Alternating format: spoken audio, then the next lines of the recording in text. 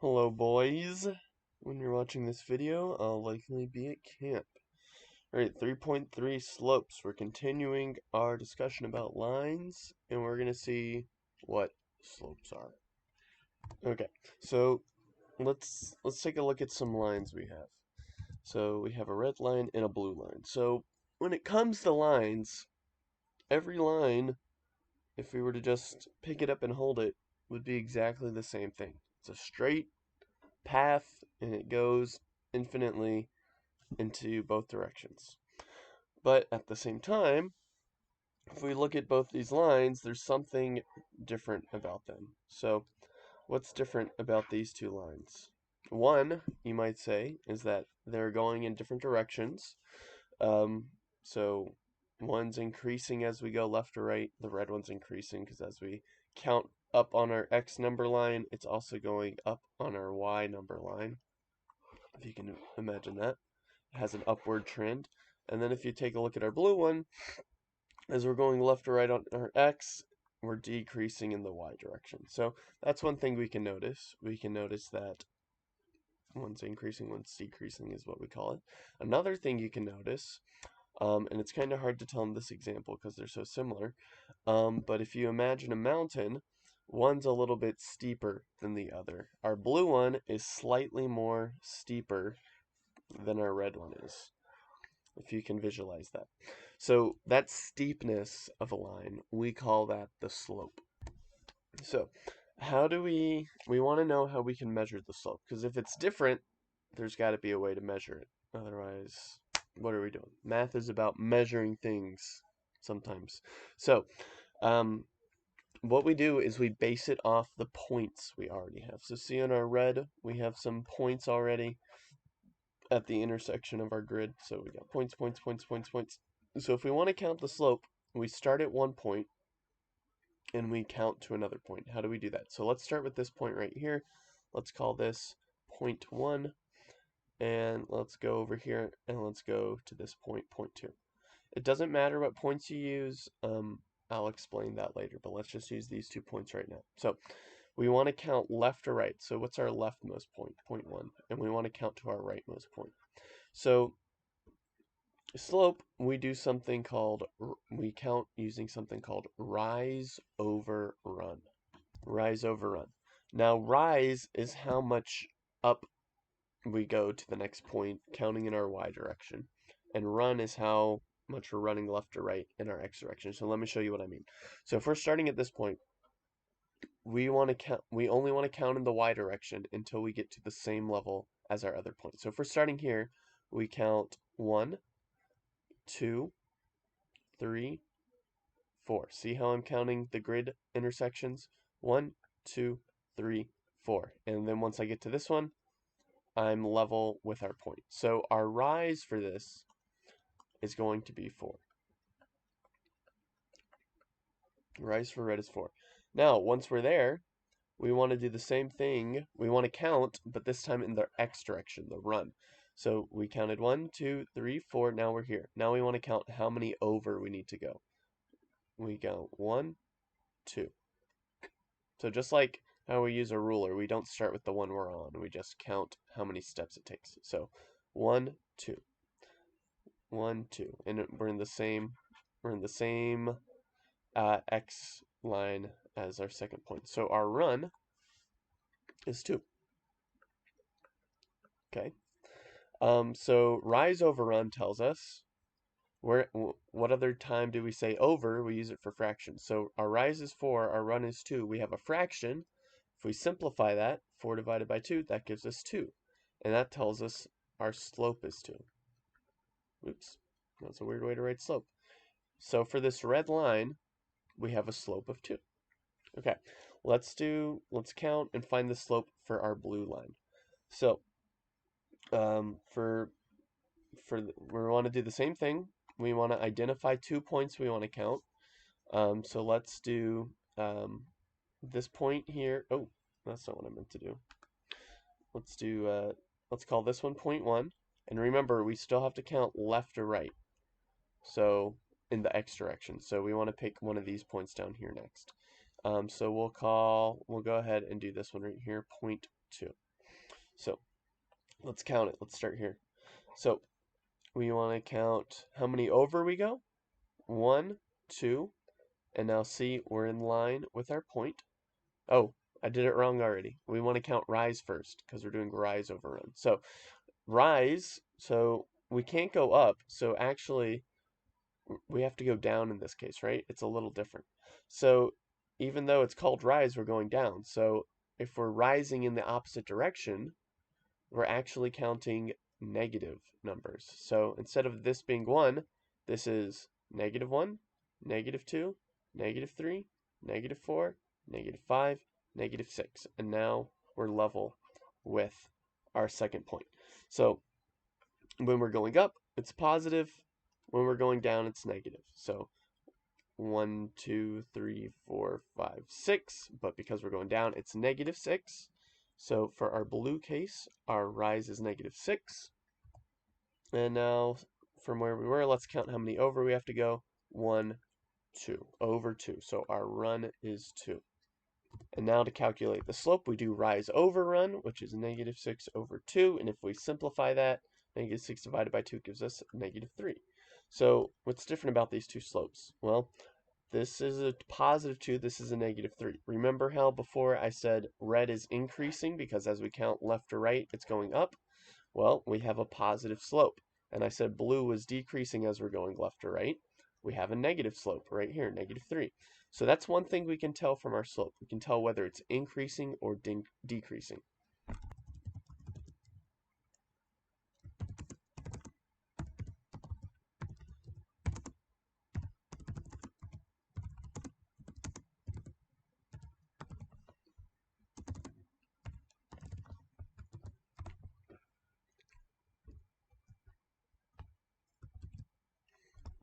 Oh, shoot.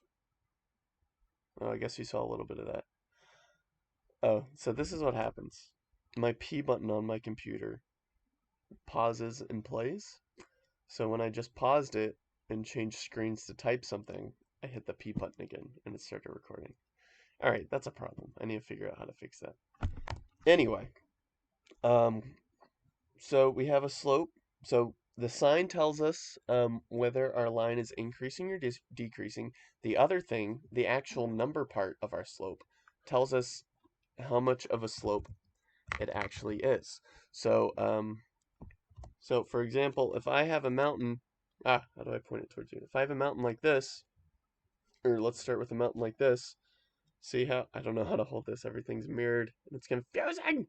Alright, if we have a mountain like this, it's a lot less steep than a mountain like this, okay? So the steepness indicates that we have a higher number on our slope. So for example, this could be a slope of 2, it wouldn't be too hard to hike. This could be a slope of 10, harder to hike, right? If that's a mountain. So that's kind of what the number on a slope tells us. And then the positive negative sign tells us how steep it is. Okay, so let's take a look at something else. So the nice thing about slope is that we can use any 2 points on a line. So let's take two other points. So instead of this one and this one, let's do the closer one. Let's do this one right here. Let's call this point 3. So let's start at our same point from before, but let's only go to this one. So if we first we count our rise, how much up are we going? We're going 1, 2. So our rise is 2. And our run from here, so we went up 2 and we went over 1. Our run is 1. 2 divided by 1 is 2. So we still had a slope of 2 even though we used a different point. Same thing would happen over here in the blue. Instead of going from this point to this point, let's go to this point. We go down 1, 2, 3, -3, and we go over 1. -3 divided by 1 is -3 still. So we can use any 2 points. So now this only works if we have a line, and it only works if we have a line that intersects our grid. We're not always going to have nice points where they intersect our grid right at these marks. Sometimes we're going to have intersections right here or right here or right here in different spots. They don't have to fall on a grid. So how do we deal with situations like that? So in those cases, we would still have to have the points. So let's take some points from this example and take it over to the next screen. Let's say we only have this point and this point. What are the coordinates for this point? Well, it's 1, 2, 3, 3, and we go up 1. So this is the point 3, 1. And let's take this point up here. This is the point 5, 5. So we got 3, 1, and 5, 5. So using these points, we still need to calculate rise over run. But what is rise actually telling us? Well, when we look at it on the graph perspective, we're seeing we're counting from one y to another y, because we're just counting in the y direction first, right? We're moving up and down this number line. So we're really just seeing the difference in our two y values, aren't we? So calculate the difference. We subtract our 1y, or we take 1y and we subtract our other y. So this equals our rise, and that equals 4 in this case. What are we doing when we calculate run? We're taking our 1x and we're finding the distance to the other x, moving along our x-axis. So we're really just doing a subtraction of our x values. So we want to take our second x value and subtract our first x value. So that might seem a little backwards to you to subtract the second one. We'll have the second one first and subtract the front one, but it's just something you'll get used to. And the nice thing is that you'll learn later, it really doesn't matter what order. This could be the second point, this could be the first point. The only thing that matters is that we have the coordinates of the one point first, followed by the coordinates of the second one. But you'll get more comfortable as we use it. Anyway, just do it this way for now until you completely understand. So 5 minus 3 is 2. We got rise over run again. 4 divided by 2 is 2. So we still get a slope of 2, even if we just use the points to calculate it. Let's take our blue example. Let's take 2 points from here. Let's take the 2 furthest points. We got this point right here. What is that? That's -1, 5. And this point down here, we've got 2, -4. So we want to do the same exact thing. We want to do rise. So we subtract our y coordinates. So we'll take this one. So we'll do -4 minus 5. That's our rise. And then we want to find the difference in the x coordinates. We want to take our 2 minus our -1. So make sure you're aware of your negative and positive signs. 2 minus -1. Okay, that equals our run. So -4 minus 5 gives us -9. 2 minus -1. 2 negatives make a positive, so this is a positive now. So we got 2 plus 1 equals 3. We got -9 divided by 3. 9 divided by 3 is 3, and because of the negative, it's negative. We still have a slope of -3, just like before. -3 right there. So I just showed you 2 ways. We can do it by either looking at a graph and counting to our points, or we can use our formula, and I'll write it down in a simplified way, where we just subtract our points. Yeah. So let me write down the formula for you. So let's say we have 2 points. Let's say we have 1 point, we have one x value and a y value. We'll call that x1 and y1. And we have another point. We have a second x value and a second y value. These just represent our coordinates, okay? If we want to find rise over run, all we got to do is we subtract our second y value minus our first y value, just like we did over here. We took our 5 minus our 1. We took our second y value minus our first y value, or second minus our first, y2 minus y1, and we divide it by x2 minus x1. We take our second x, and we subtract it by our first x. We took our second x, we subtracted by our first. We took our second, we subtracted by our first. So this is what this little formula means. This is important. Write it down on the notes page. Rise over run equals y2 minus y1 over x2 minus x1. I'm going to leave a little spot in your study guide that says write the formula I told you to write, and you better write this right here. You have no excuses because I told you exactly what to write. While we're here, I want to show you one more thing just so you don't get caught up too much in the order. So let's say instead of taking 3, 1, 5, 5, let's say we did it in the opposite direction. Let's say 5, 5 was our first point, and then 3, 1 was our second point. Let's see what that would look like if we try to plug that into the formula. So first things first, we always want to rewrite our formula. Okay. Make sure your y's are on the tops, your x's are on the bottoms, and your 2's and 1's line up. Okay, that's important. We don't want to mix up the 2 and the 1 because that's really going to mess us up. So let's make our substitutions. This says our second y value. What's our second y value? This is our first y value. That's our second. So 1 is our second y value. It says, what is our first y value? Right here, 5. But remember, that negative sign doesn't change. We're just doing substitutions. You can use parentheses. So our second y value is 5. Okay, great. Now, what is our second x value? 3. Do a substitution.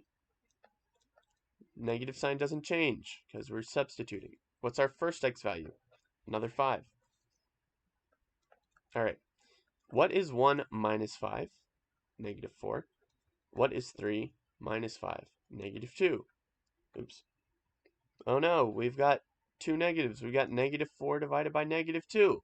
What's 4 divided by 2? 2. And our negatives cancel. We still have a slope of 2. So it doesn't matter which point we do first as long as we make sure to line up. As long as we make sure these 2 points are part of the same coordinates, these 2 points are part of the same coordinates. So we just saw 3 ways to do it.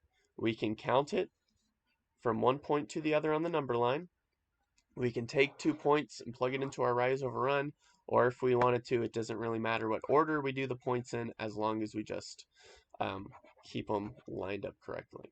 So either way, we got a slope of 2, just like that.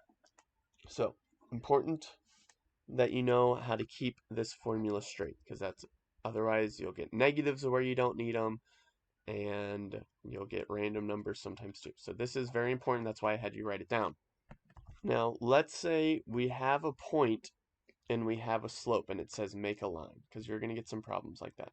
So let's say the slope equals 4, and you'll see slope equal to m. M just represents slope.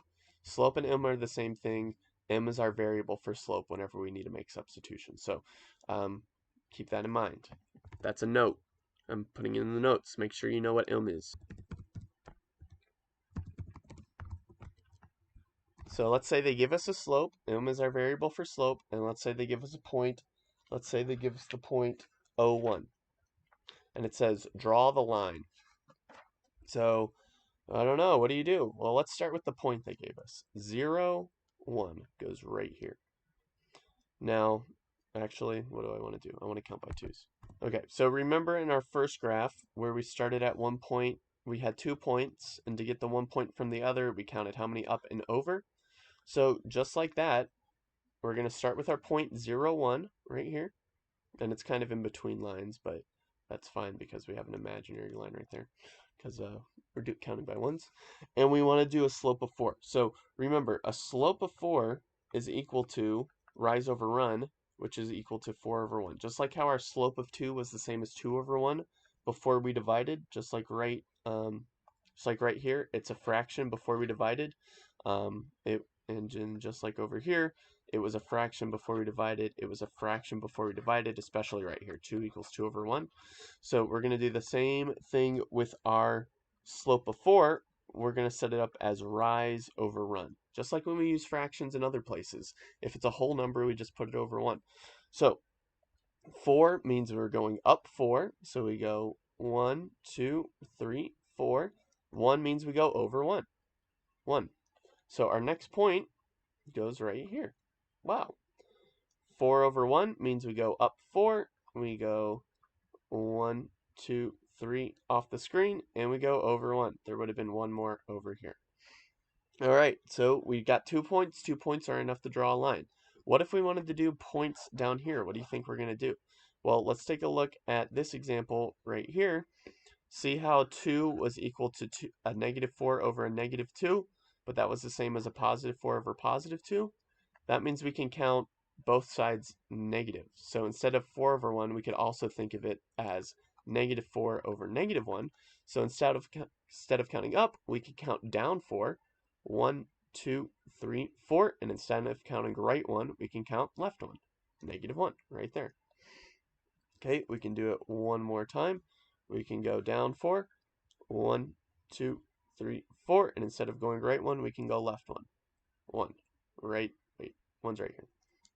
So now we've got plenty of dots to draw a line. So this is how we can get a line from a point and a slope if we don't have two slopes or 2 points. Now, the last thing in this lesson, there are 2 special types of lines, and I'm about to draw them. All right, we got 2 different lines right here. Trivia, what's it called when 2 lines meet at a right angle? Anyone? Perpendicular. Okay, so we have 2 lines right here. What's special about this line right here? It's completely horizontal with our x-axis, or it's completely parallel with our x-axis, which makes it horizontal. So we got a horizontal line. And then similarly with this one, it's completely parallel with our y-axis. We got a complete up and down line. What do you think our 2 slopes are going to be for this? Well, let's start by identifying our points. We could count it, but I'm going to show you what happens with our points. So we got the point negative 2, 1 right here. We got the point 1, 1 right here. And we got the point 1, 3 right here. So let's start with our horizontal line. So negative 2, 1, 1, 1. So let's list out our points and let's use our formula. All right, so our second y is 1, our first y is 1, our second x is 1, our first x is negative 2. Watch the negative. 1 minus 1 is 0. 1 minus negative 2 is 3 because the 2 negatives become positive. What's 0 divided by 3? 0. So this tells us that our horizontal line, and in fact any horizontal line, will have a slope of 0. Let's take a look at our vertical line. Let's mark down the points and use our formula. All right. Our second y is 3. Our first y is 1. Our second x is 1. Our first x is 1. I don't know if I said that right. 3 minus 1 is 2. 1 minus 1 is 0. What does this give us? 0? No. If it was 0, these 2 things would have they would be parallel. That's a rule of slopes we'll learn later. Anyway, what's special about this fraction? Read it to me. 2 divided by 0. You can't divide by 0 in math. It's against the law. It's kind of like this, except against the law in a different way. Dividing by 0 is undefined. You can't do anything with it. So we call this slope, or slope doesn't equal undefined. It's just undefined. We can't define our slope in this case. Undefined. So vertical lines will always be undefined because we're essentially dividing by 0.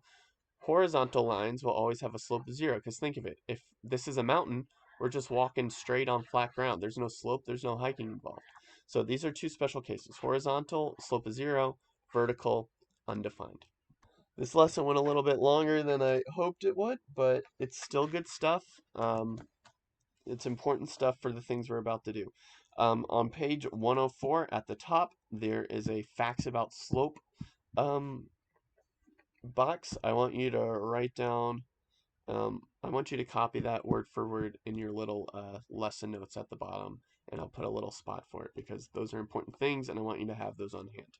All right, bye.